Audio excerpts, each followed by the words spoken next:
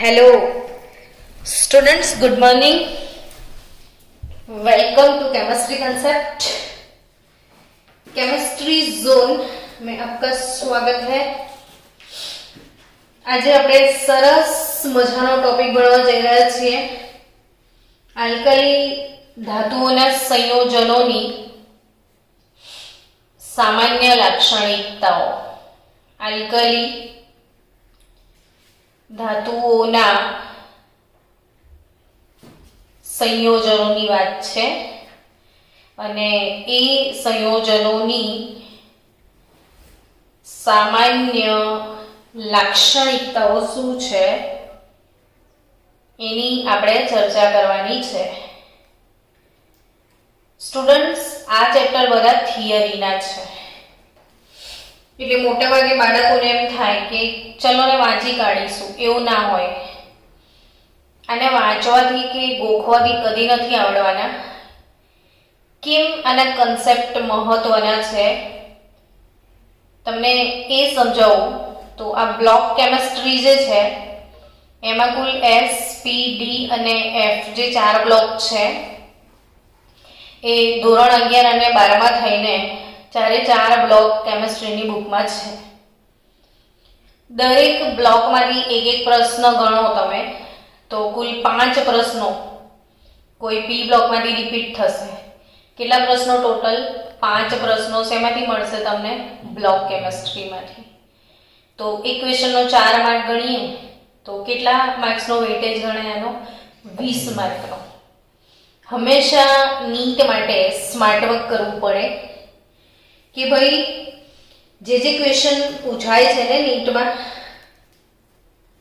ए questions ना marks केटला छे ए बहु ज महत्वनुं छे कि भाई जे चेप्टर छे एनो वेटेज शुं छे। घणीवार आपणे एवुं समजीए हलको फुलको चेप्टर छे जवा दઈએ એવું ના હોય। હાઇડ્રોજન નાનકડું ચેપ્ટર છે પણ એક પ્રશ્ન તો એનો હોય જ છે। એ તે સંતુલન 40 દિવસ ચાલે, ઘણું લાંબુ ચેપ્ટર પણ પ્રશ્ન તો એમાંથી બી એક જ હોય છે। तो જ્યારે ઈચ્છા હોય કે આટલો મોટો ચેપ્ટર ટ્વીટ કરીને માર્ક્સ પૂરા મેળવવા છે તો આવા બધા ચેપ્ટર ઉપર ધ્યાન વધારવું પડશે। બીજું, આ ચેપ્ટર તમે ગોખી નાખશો તો તમને કદી પ્રશ્નો સોલ્વ નહીં કરી શકો। એટલે સમજો, હું કાલે આપણે આખો લેક્ચર શેના માટે કાઢ્યો હતો? પ્રવાહી એમોનિયા માટે। તો પ્રવાહી એમોનિયા આમ ચોપડીમાં જુઓ તો 2 મિનિટનો ટોપિક લાગે તમને, પણ ખરેખર એને 1 કલાક આપવો જોઈએ। मस्त समझीने काम करो कि प्रवाही एमोनिया लईए ने प्रवाही एमोनिया में आपणे धातु उमेरीए, अल्कली धातु, तो शुं थतुं हतुं? तो मने में इमेजिनेशन करो कि एवुं कीधुं तो मैडमे के बीकर में धातु नाखीए तो धातु ओगळी जती हती, ब्लू रंगनुं द्रावण मळतुं हतुं, एमां थोड़ा इलेक्ट्रॉन मुक्त थता हता। मुक्त इलेक्ट्रॉन ने कारणे द्रावक विद्युतનું વાહક હતું। અયુગ્મિત ઇલેક્ટ્રોન ને કારણે દ્રાવણ અનુચુંબકીય હતું। થોડીવાર ઊભા રહીએ તો મુક્ત ઇલેક્ટ્રોન ધાતુ મેળવી લેતી હતી, સોડામાઇડ બનતું હતું। વાદળી રંગનું દ્રાવણ કાળા ભૂરા રંગમાં કન્વર્ટ થતું હતું અને અનુચુંબકીય દ્રાવણ છેલ્લે પ્રતિચુંબકીય બનતું હતું। અનુચુંબકીય દ્રાવણ છેલ્લે કેવું બનતું હતું? प्रतिचुंबकीय, અને રંગ પણ બદલાતો હતો।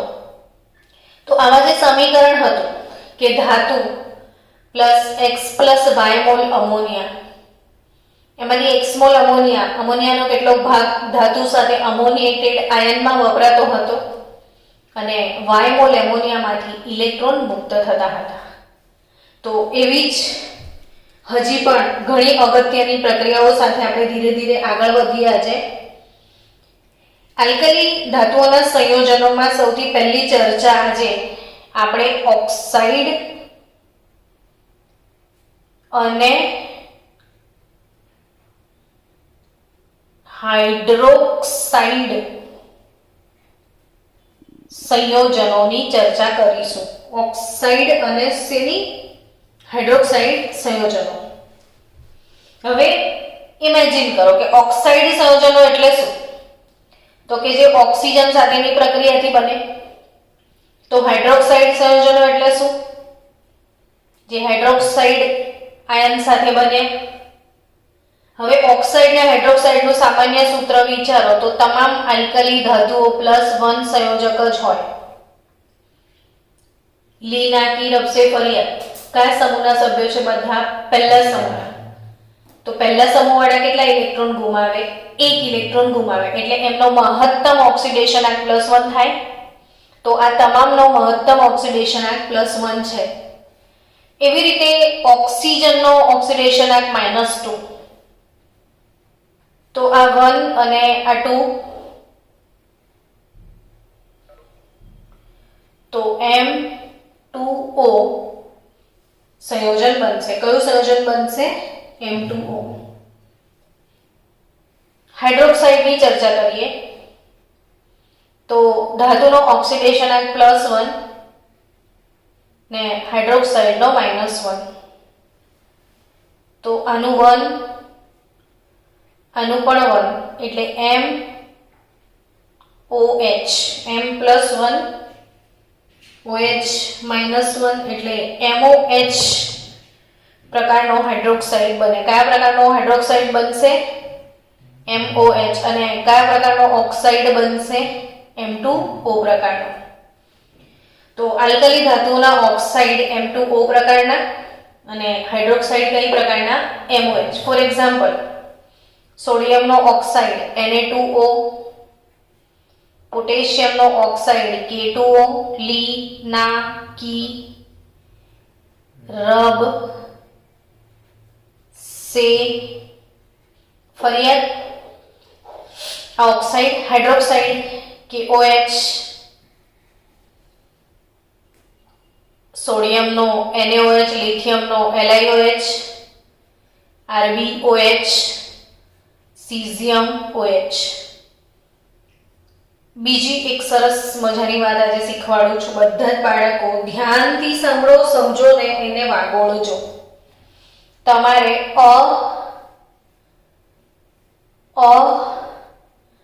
અને કાલે મેં એક વાળી વાત શીખાવી. અયુગ્મિત ઇલેક્ટ્રોન, અનુચુંબકીય. અયુગ્મિત ઇલેક્ટ્રોન એટલે જેમાં અયુગ્મિત ઇલેક્ટ્રોન હોય અનુચુંબકીય હોય. તો શું છે? ટ્રિપલ શું છે? તો કે અધાતુ નો ઓક્સાઇડ એસિડિક. શું કીધું છે? ફરીથી વાંચો તો સમજો તો. અધાતુ ના ઓક્સાઇડ નો સ્વભાવ કેવો છે? એસિડિક. અધાતુના ઓક્સાઇડનો સ્વભાવ કેવો છે? એસિડિક. તો આનો મતલબ શું થયો? કે ધાતુના કેવા, જો અધાતુ તરીકે, હું તમને આનું થોડુંક ડિટેલ વર્ઝન આપું કે અધાતુ તરીકે 4-5 અધાતુના નામ આપો. ચલો બોલ પાર્થ, 4-5 અધાતુના નામ બોલ. સોડિયમ અધાતુ છે? આખા સમૂહનું નામ જ છે આલ્કલી ધાતુઓ. રુદ્ર, ફોસ્ફરસ. ચલો પછી કાર્બન. પછી અધાતુના નામ આપો. જો ધાતુના લાક્ષણિક ગુણધર્મો શું છે? કે ધાતુને ટીપીને પતરા બનાવાય, ધાતુને ખેંચીને તાર બનાવાય. તો નાઇટ્રોજન તો વાયુ છે. શું તમે એને ખેંચીને તાર બનાવવાના છો? નાઇટ્રોજનના પતરા જોયા? નાઇટ્રોજનનો રણકાર થાય. તો ફોસ્ફરસ, કાર્બન, નાઇટ્રોજન, ક્લોરીન આ બધી શું છે? અધાતુ. હું એમને ઓક્સાઇડ બનાવું છું. ધ્યાન આપજો કે ફોસ્ફરસ છે તો H3PO4 સંયોજન બનાવું છું. કાર્બન તો એનું કંઈ પણ ઓક્સાઇડ બનાવું તો CO2 બને. ચલો નાઇટ્રોજનનો કોઈ ઓક્સાઇડ બનાવીએ N2O5, અથવા નાઇટ્રોજનનું બીજું પણ સંયોજન જોઈ લો HNO3, એટલે કાર્બનનું બીજું સંયોજન H2CO3, ક્લોરીનનું HCl લઈ લો કે ક્લોરીનનો ઓક્સાઇડ બી લઈ લો. તો આ બધા જે ધાતુ સંયોજનો છે ને, તો H3PO4 ઊંઘમાં ખબર પડે phosphoric acid, carbon dioxide soda water બને એસિડિક, નાઇટ્રોજનનો oxide acidic, HCl acid, H2CO3 acid, HNO3 acid, sulphur અધાતુ જ H2SO4 એસિડ. નોટિસ કરો આ વસ્તુને, જેટલું નોટિસ કરશો ને એટલા ફાસ્ટ તમારા બ્રેઇનમાંથી આન્સર આવશે. ગોખીને તો કેટલું ગોખશો, મરી જશો. સો રટના મના રટો મત, સમજો બાતો કો. કે આ બધામાં ફોસ્ફરસ અધાતુ, કાર્બન અધાતુ, તો શું યાદ રાખશો? અધાતુ ના ઓક્સાઇડ કે હાઇડ્રોક્સાઇડ કેવા હોય? સ્વભાવે એસિડિક. તો ધાતુનું કંઈ બી હોય તો એનો સ્વભાવ કેવો હશે? બેઝિક. તો કઈ ધાતુઓ બેઝિક છે સમજો. સોડિયમ ધાતુ છે તો આ બધા ઓક્સાઇડનો સ્વભાવ કેવો હશે? બેઝિક હશે. હવે આવું ગોખવાનો શું મતલબ? એમ કે ચલો એને સોડિયમનો હાઇડ્રોક્સાઇડ બનાવો તો એને OH બને. આ રહ્યા મેં બનાવેલા જ છે. તો આ બધા તો માર્કેટમાં કયા નામથી ઓળખાય છે? પ્રબળ બેઝ છે. અને આ લોકો પ્રબળ બેઝ છે ને, પ્રબળ બેઝને શું કહેવાય ખબર છે? આલ્કલી. પ્રબળ બેઝ એટલે શું? ના સંભળાયું. પ્રબળ બેઝ એટલે આલ્કલી. આલ્કલી એટલે બેઝ થાય. તો અહીંથી તમે સમજી શકો છો કે આ બધા પ્રબળ બેઝ છે. પ્રબળ બેઝને આલ્કલી કહેવાય. એટલે તો પહેલા સમૂહનું નામ જ શું રાખી દીધું છે? આલ્કલી ધાતુ. શું નામ રાખ્યું છે? કારણ કે પહેલા સમૂહની ધાતુ પ્રબળ બેઝ બનાવે છે. શું બનાવે છે? પહેલા સમૂહની ધાતુ પ્રબળ બેઝ. चलो धीरे धीरे आगे बढ़ते हैं. पहला समूहनी धातुओं प्रबळ बेઝ બનાવે છે. તો હવે આપણે ચોપડી પ્રમાણે જઈએ કે આલ્કલી ધાતુઓના બારામાં શું લખ્યું છે. આપણે જનરલ રૂટીન ઇન્ફોર્મેશન પહેલા ભણી લીધી. હવે હજી એક રૂટીન ઇન્ફોર્મેશન ભણી દો કે ફરી એકવાર રિવિઝન કરો કે લી ના કી રબ સે ફરિયાદ. આપણો પહેલો સમૂહ છે. પહેલા સમૂહના આ બધા મેં હાઇડ્રોક્સાઇડ બનાવ્યા છે. ડિસ્કસ કરી આપણે કે આ બધાનો સ્વભાવ પ્રબળ બેઝિક છે. તો કોઈ પણ સમૂહમાં ઉપરથી નીચે તરફ જતા બેઝિકતામાં શું થશે? કોઈ સમજાવશે? ઉપરથી નીચે તરફ જતા બેઝિકતામાં શું ફરક પડે? અહીંથી પ્રશ્ન પૂછાશે નીટમાં. વધે કેવી રીતે વધે? સમજાવો. ઉપરથી નીચે તરફ જતા એક સરસ વસ્તુ તમને સમજાવેલી કે ઉપરથી નીચે તરફ જાઓ તો ધાત્વીય લક્ષણમાં શું થાય? વધારો થાય. આવું સમજેલા આપણે? ઉપરથી નીચે તરફ કયા લક્ષણમાં વધારો થાય? ધાત્વીય લક્ષણમાં. ધાતુ બેઝ બનાવે તો લિથિયમ કરતા પણ વધારે ધાત્વીય લક્ષણ કોનામાં છે? સીઝિયમમાં. તો ઉપરથી નીચે તરફ જતા બેઝિકતામાં શું થશે? વધારો. શું થશે? તો પ્રબળ બેઝ કોણ ગણાય? તો LiOH થી વધારે બેઝિક, NaOH થી વધારે બેઝિક, KOH થી વધારે બેઝિક અને સીઝિયમ હાઇડ્રોક્સાઇડ થી વધારે બેઝિક. એટલે સમૂહમાં ડાબેથી જમણી તરફ જતા બેઝિકતામાં શું થશે? વધારો. ડાબેથી જમણી તરફ નહીં, ઉપરથી નીચે તરફ જતા બેઝિકતામાં શું થશે? વધારો. આપણે બાળકો આખા જે થિયરી સમજાઈ રહ્યા છે જીનીટ બેઝ જઈ રહ્યા છે. આપણે બોર્ડ માટે નથી ભણાઈ રહ્યા. જો બોર્ડ માટે ભણાવતા હોત તો 2 મિનિટમાં ટોપિક પતી ગયો હોત કે આમાં છે શું, વાંચી જતા. પણ એ નહીં, આમાંથી પ્રશ્નો ક્યાં ક્યાં પૂછાય છે એના પર ધ્યાન આપો. હવે ટેક્સ્ટબુક પ્રમાણે જાઓ તો કે ઓક્સાઇડની વાત કરીએ તો અહીંયા હજી એક અગત્યની વાત, ફરીથી નીટજીનો પહેલો પ્રશ્ન સોલ્વ કર્યો. હજી બીજો પ્રશ્ન આવે છે ઓક્સાઇડમાં. મેં તમને ફર્સ્ટ ડે શીખવાડ્યું હતું કે લિથિયમ જે છે એ મોનોક્સાઇડ બનાવે છે, Li2O. પણ સોડિયમ ને પોટેશિયમની વાત કરીએ તો એ મોનોક્સાઇડની સાથે સાથે એ લોકો બીજું શું આપે છે? પેરોક્સાઇડ આપે છે. અને એનાથી નીચે પોટેશિયમ, રૂબિડિયમ અને સીઝિયમ ધાતુ મોનોક્સાઇડ પેરોક્સાઇડની સાથે સાથે શું આપે છે? Super oxide. શું આપે છે? હજી એક વાર યાદ કરે તો બાળકો ભૂલી જાય છે કે O-2 એટલે ઓક્સાઇડ, O2-2 એટલે પેરોક્સાઇડ ને O2-1 એટલે સુપર ઓક્સાઇડ. હવે ના ભૂલી જતા હા. આ OO-2 એવું લખાય, O2-2 ને એટલે કોઈ એક ઓક્સિજનનો ઓક્સિડેશનાંક પેરોક્સાઇડમાં -1 હોય ને OO-1 લો તો કોઈ એક ઓક્સિજનનો ઓક્સિડેશનાંક -1/2 હોય. એટલે પેરોક્સાઇડમાં ઓક્સિજનનો ઓક્સિડેશનાંક -1 લેવાય, જ્યારે સુપર ઓક્સાઇડમાં ઓક્સિજનનો ઓક્સિડેશનાંક -1/2 લેવાય.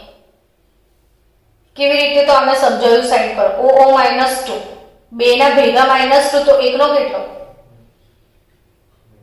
-1 થાય ને પેરોક્સાઇડમાં બેનો ભેગો -1 તો એકનો અડધો. કોમન? ક્લિયર? નેક્સ્ટ હવે વાંચો ચોપડી. ચોપડી પ્રમાણે એવું કહે છે કે વધુ હવાની હાજરીમાં દહન કરતા લિથિયમ મુખ્યત્વે ઓક્સાઇડ બનાવે અને કેટલોક ભાગ શું આપે છે? પેરોક્સાઇડ. એટલે મુખ્યત્વે શું બને? એનો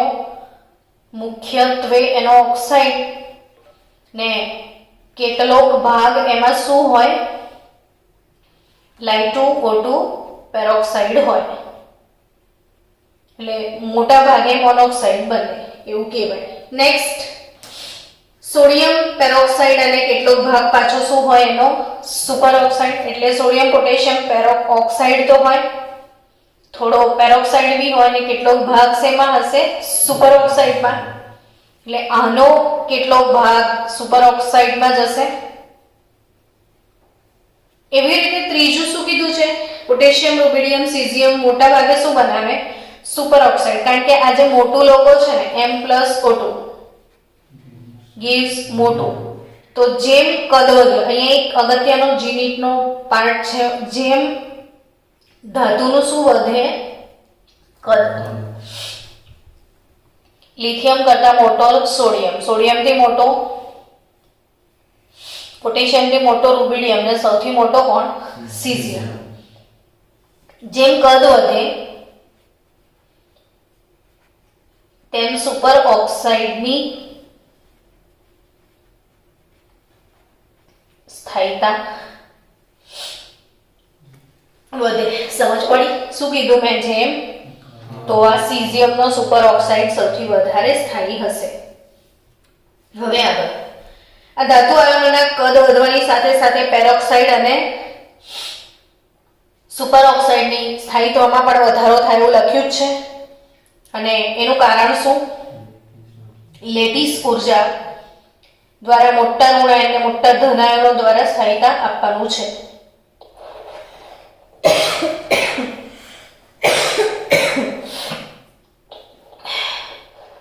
ટૂંકમાં બાળકો ઓક્સિજન કરતા બે ઓક્સિજન મોટા કહેવાય ને, તો ઓક્સાઇડ કરતા પેરોક્સાઇડ અને સુપર ઓક્સાઇડ નું કદ વધારે, મોટા ઋણાયન કહેવાય. તો મોટા ધનાયન સાથે મોટા ઋણાયન હોય એટલે પરફેક્ટ પેકિંગ થાય. મોટા લોકો જોડે નાના લોકો હોય તો અસ્થાયી, પણ મોટા જોડે મોટા હોય તો પરફેક્ટ પેકિંગ હોય. ચલો આપણે આગળ વધીએ. આગળ લેટિસ ઉર્જા દ્વારા મોટા ઋણાયનો અને મોટા ધન આયનો બનાવવાના સ્થાયી, બધું પતી ગયું. હવે આ ઓક્સાઇડનું પાણીમાં શું થાય એ વિચારીએ. તો કે પાણીમાં શું થાય? તો કે ઓક્સાઇડ પ્લસ પાણી, તો શું મળે છે ખબર છે? પાણીને કહેવાય હાઇડ્રો તો ઓક્સાઇડ પ્લસ હાઇડ્રો ભેગા થાય તો આખું નામ શું થાય? હાઇડ્રોક્સાઇડ. ઓક્સાઇડ પ્લસ પાણી, પાણીનું બીજું નામ હાઇડ્રો. તો ઓક્સાઇડ પ્લસ હાઇડ્રો તો શું બને? હાઇડ્રોક્સાઇડ. તો કેવી રીતે બને? તો કે M2O plus H2O gives MOH. For example, સોડિયમનો ઓક્સાઇડ છે Na2O, તમે એમાં પાણી નાખો છો H2O, તો 2 મોલ શું બનશે? NaOH. પોટેશિયમનો ઓક્સાઇડ છે K2O, પાણી નાખો તો H2O, તો 2 મોલ શું મળે? KOH. ચેક કરવું પડે, જલ્દીથી બંધ થઈ જાય તો. ચલો, Na2O plus H2O NaOH, K2O plus H2O KOH. હવે એ જ પ્રમાણે પેરોક્સાઇડને પાણીમાં નાખો તો શું થાય એવું લખ્યું છે. તો M2O2, ધાતુનો પેરોક્સાઇડનું જનરલ સૂત્ર M2O2. M2O એટલે ઓક્સાઇડ, M2O2 એટલે peroxide, M2O2 peroxide plus 2H2O, peroxide plus 2H2O, તો શું બનશે? 2MOH, 2MOH plus H2O2. Peroxide હશે ને તો તમને શું મળશે? હાઇડ્રોક્સાઇડની સાથે સાથે હાઇડ્રોજન પેરોક્સાઇડ છૂટું પડશે. ધાતુના પેરોક્સાઇડને પાણીમાં નાખવાથી hydroxide plus peroxide, hydrogen peroxide છૂટું પડશે. એ જ રીતે ધાતુના સુપર ઓક્સાઇડને પાણીમાં નાખો. આખો G-NEET નો ટોપિક છે બચ્ચાઓ, ફુલ્લી G-NEET. ધાતુનો સુપર ઓક્સાઇડ લો, સુપર ઓક્સાઇડ. સુપર ઓક્સાઇડ એટલે 2MO2,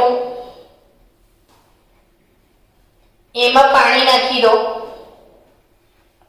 તો શું બનવાનો? તો બધામાં કોમન હાઇડ્રોક્સાઇડ જ છે, પણ પેરોક્સાઇડ વાપરશો તો હાઇડ્રોજન પેરોક્સાઇડ છૂટો પડશે, અને સુપર ઓક્સાઇડ પાણીમાં નાખશો તો બી હાઇડ્રોક્સાઇડ તો ખરો જ, હાઇડ્રોક્સાઇડ સાથે છૂટો પડશે હાઇડ્રોજન પેરોક્સાઇડ અને સાથે સાથે ઓક્સિજન પણ. એટલે શું નોટિસ કર્યું? આમાં ફક્ત હાઇડ્રોક્સાઇડ.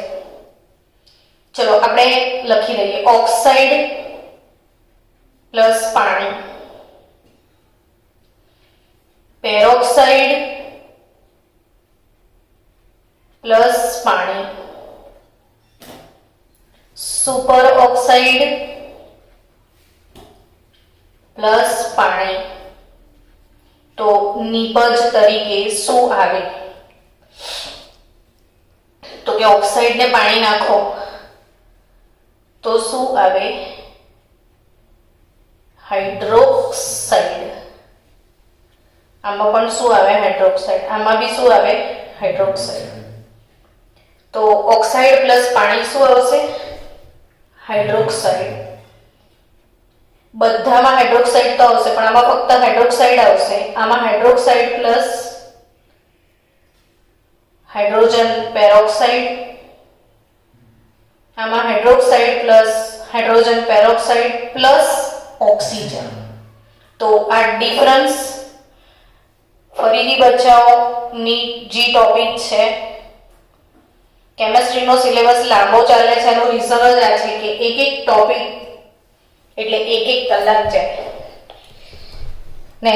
સારી રીતે ભણવું હોય ને સમજવું હોય તો સમય આપવો પડશે. તો આગળ વધીએ.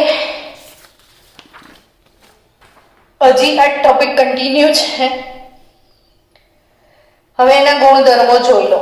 હાઇડ્રોક્સાઇડના ગુણધર્મો તો કે શુદ્ધ અવસ્થામાં એના ઓક્સાઇડ અને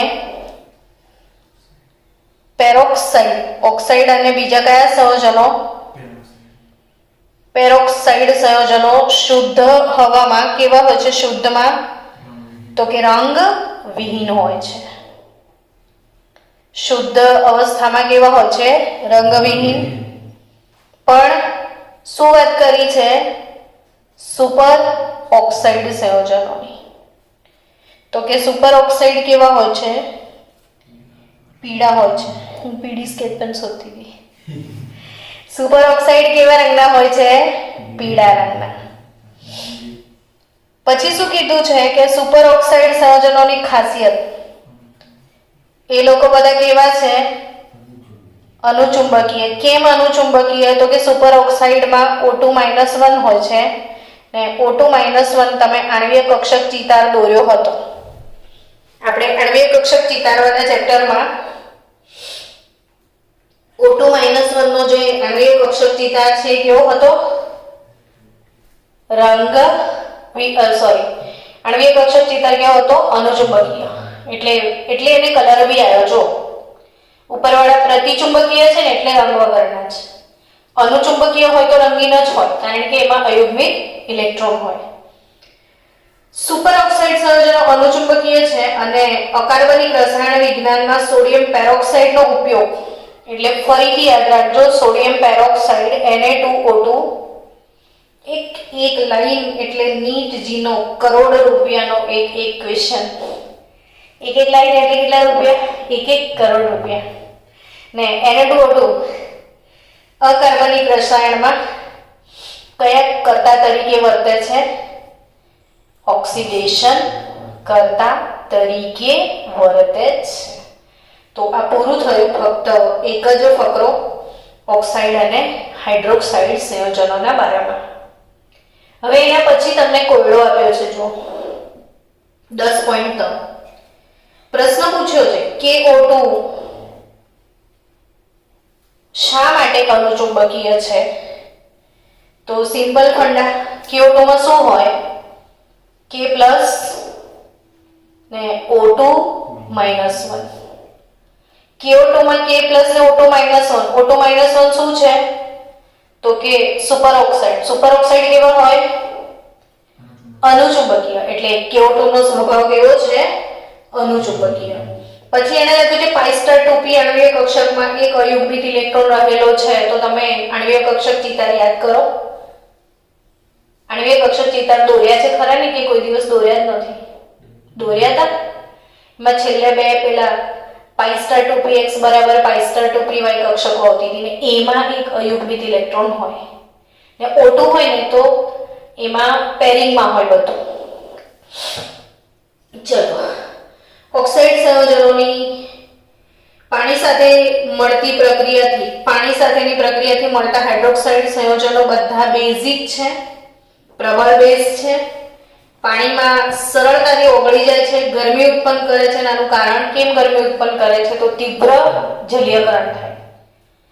તીવ્ર એટલે કેટલું તીવ્ર ખબર? કે તમે ક્યારેક લેબમાં જાઓ તો લેબમાં સોડિયમ હાઇડ્રોક્સાઇડની બોટલમાંથી સોડિયમ હાઇડ્રોક્સાઇડ કાઢીને હાથમાં લઈને ઉભા રહો તો હવામાં જે ભેજ હોય ને એમાં બી એ ઓગળી જાય, પ્રબળ ભેજ બનાવે તો હાથ બળી જાય. આટલો બધો જલીયકરણ એનું થાય. ભેજનો જે હવાનો જે ભેજ હોય એના પાણીમાં બી ઓગળે. પેલા પાણીમાં તો ઓગળે જ ઓગળે નાખ્યા પછી પણ. તો એટલી પ્રબળ પ્રક્રિયા થાય. ચલો હવે નેક્સ્ટ ટોપિક આપણે શરૂ કરીએ. હેલાઇડ સંયોજનો. કયા સંયોજનોની આપણે ચર્ચા કરી રહ્યા છીએ? હેલાઇડ સંયોજનોની. તો હેલાઇડ સંયોજનો એનું ડિસ્કશન લઈએ. હેલાઇડ એટલે શું? તો કે ધાતુ.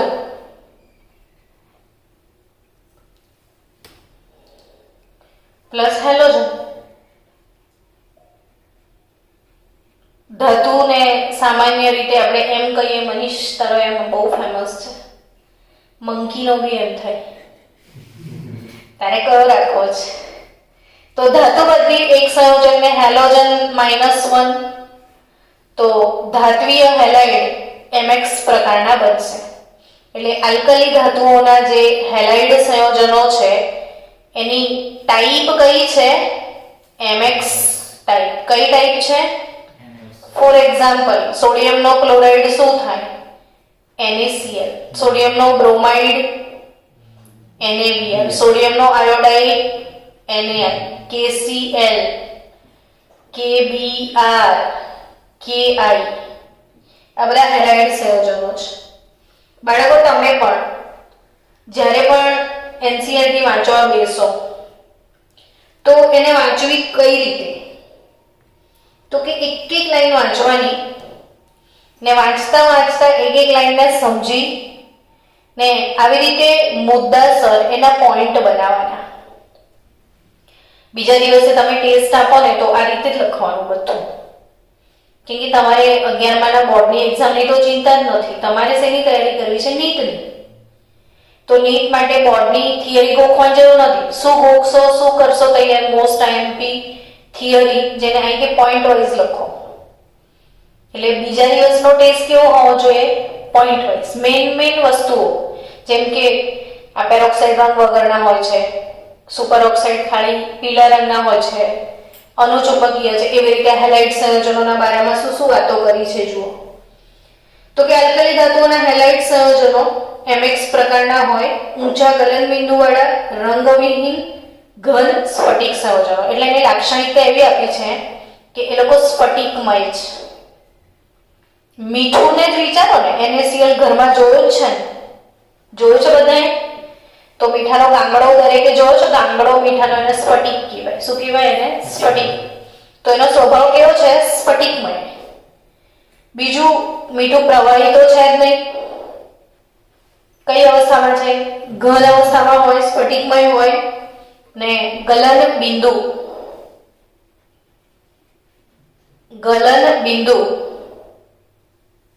ખૂબ જ ઊંચા હોય.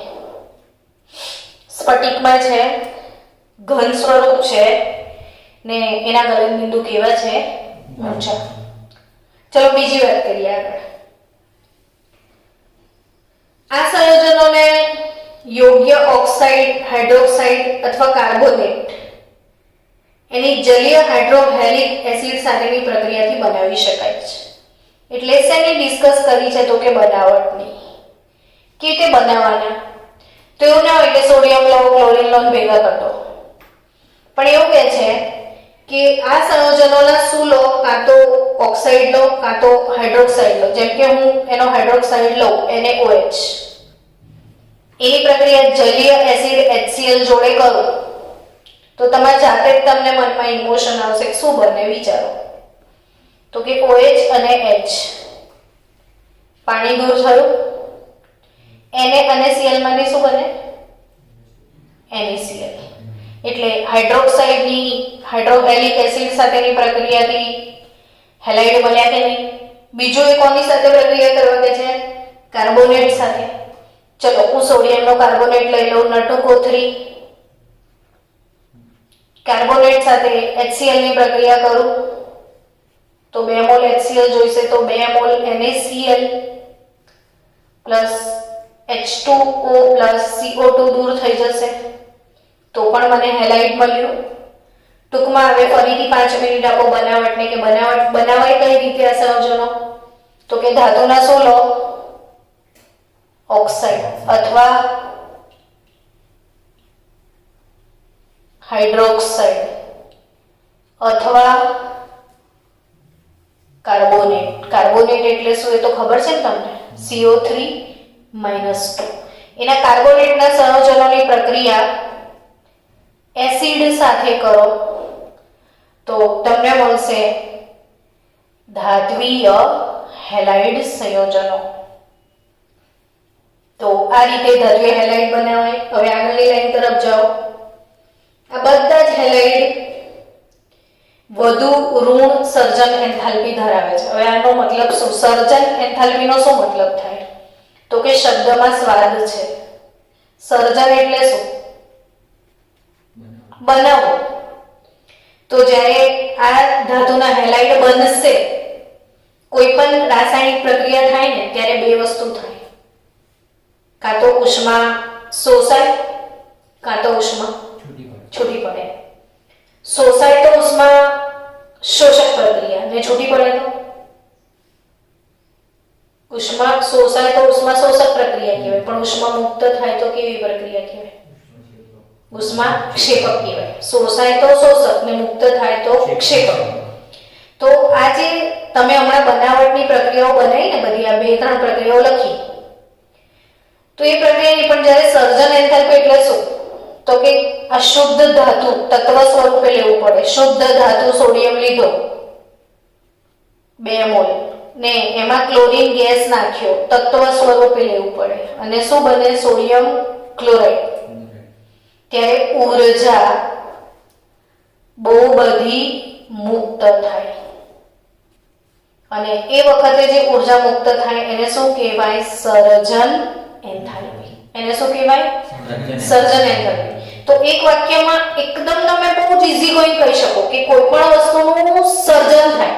શું? બોલો મારી સાથે. કોઈ પણ વસ્તુનું સર્જન થાય ત્યારે ઊર્જા મુક્ત થાય. એ ઊર્જાને શું કહેવાય? સર્જન એન્થાલ્પી. સમજીએ?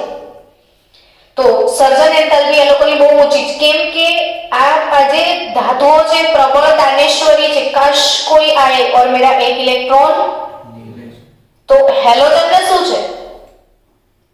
કાશ કોઈ આए और मुझे આને દેવા માટે ઉતાવળ છે, આને તો પ્રક્રિયા થશે તો તડાકા ભડાકા તો થશે જ ને.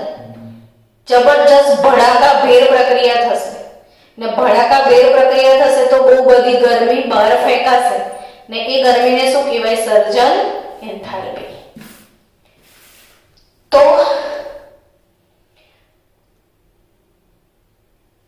ઓકે, તો સર્જન એન્થાલ્પી એટલે શું?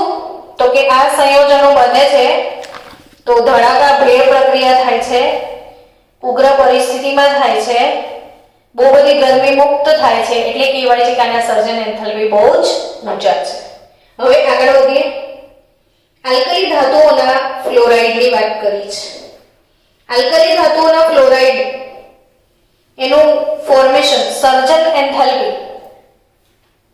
સર્જન એન્થાલ્પી છોકરાઓ, એન્થાલ્પી કોઈ પણ હોય એને H કહેવાય.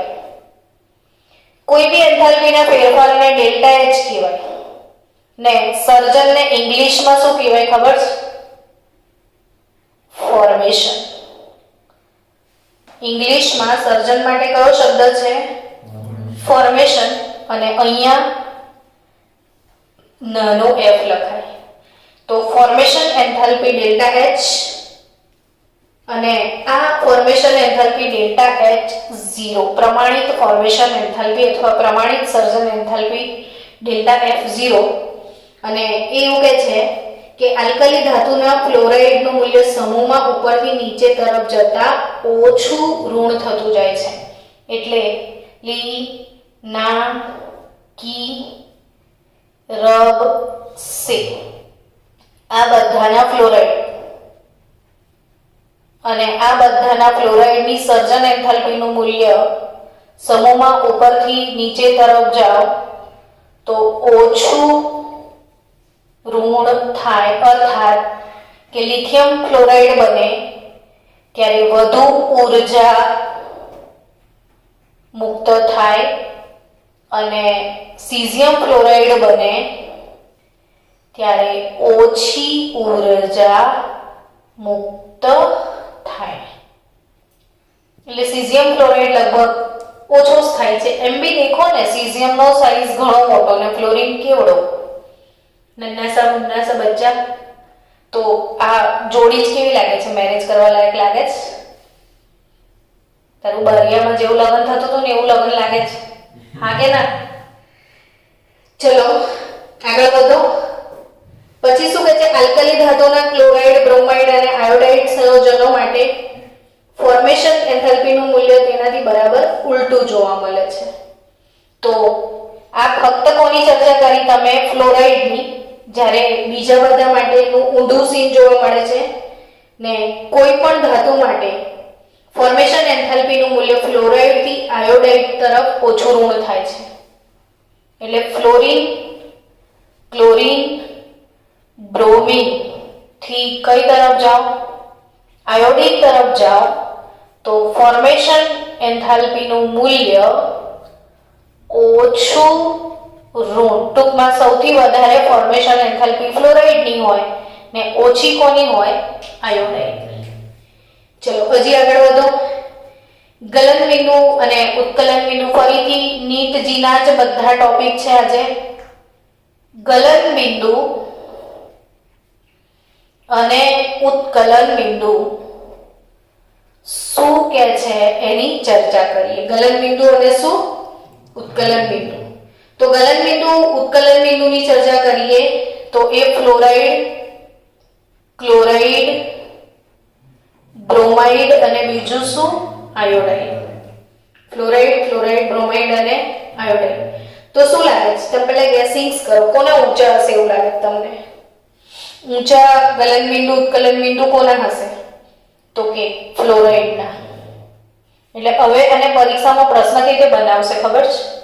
પ્રશ્ન આવો હશે કે NaF આપે તમને, NaCl આપે,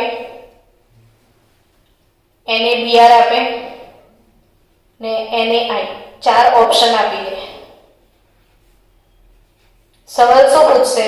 નીચેના પૈકી કોના ગલન બિંદુ અને ઉત્કલન બિંદુ ઊંચા હોય છે? તો શું જવાબ લખશો? બોલો. સોડિયમ ફ્લોરાઇડ કે જેના ગલન બિંદુ ને ઉત્કલન બિંદુ ઊંચા હોય છે. તો ડન. સોડિયમ ફ્લોરાઇડ સૌથી ઊંચા ગલન બિંદુ છે. આ બધા જ હેલાઇડ સંયોજનો પાણીમાં કેવા છે? તમામ હેલાઇડ સંયોજનો પાણીમાં દ્રાવ્ય. અપવાદ LiF અદ્રાવ્ય હશે. તમામ દ્રાવ્ય LiF અદ્રાવ્ય. એટલે ફરીથી નીટનો પ્રશ્ન નીટમાં પૂછાયેલો છે. 31 યર નીટની ચોપડીમાં તમને આ પ્રશ્ન બી મળશે કે કયો ફ્લોરાઇડ પાણીમાં અદ્રાવ્ય છે? તો યાદ રાખજો, કયો ફ્લોરાઇડ પાણીમાં અદ્રાવ્ય છે? Lithium fluoride. સૌથી વધારે પાણીમાં દ્રાવ્યતા સીઝિયમ આયોડાઇડની છે. સૌથી વધુ દ્રાવ્યતા પાણીમાં કોની છે? સીઝિયમ આયોડાઇડની. અને લિથિયમના હેલાઇડ સંયોજનો કે જે લિથિયમનું સંયોજન પાણીમાં અદ્રાવ્ય છે તો કે જે પાણીમાં ના ઓગળે એ કાર્બનિક દ્રાવકમાં ઓગળે. ને કયા કયા કાર્બનિક દ્રાવકમાં ઓગળે છે? તો કે ઇથેનોલમાં ઓગળે, એસીટોનમાં ઓગળશે, અથવા એ શેમાં ઓગળશે? તો કે ઇથાઇલ એસિટેટમાં ઓગળે. જે પાણીમાં ના ઓગળે એ કાર્બનિક દ્રાવકોમાં ઓગળે ને આટલામાં ઓગળશે. તો આપણે આજે 2 ટોપિક પૂર્ણ કર્યા, ઓક્સાઇડ અને હાઇડ્રોક્સાઇડ સંયોજનો. આવતીકાલે આગળ વધીશું ઓક્ઝો એસિડના ક્ષારોમાં. તો નેક્સ્ટ ટોપિક ઓક્ઝો એસિડના ક્ષાર સાથે લિથિયમ મેગ્નેશિયમની અનિયમિત વર્તણૂક આખો ટોપિક થઈ જશે. ને પછી જે ટોપિક છે ને બોર્ડવાળાએ હટાવી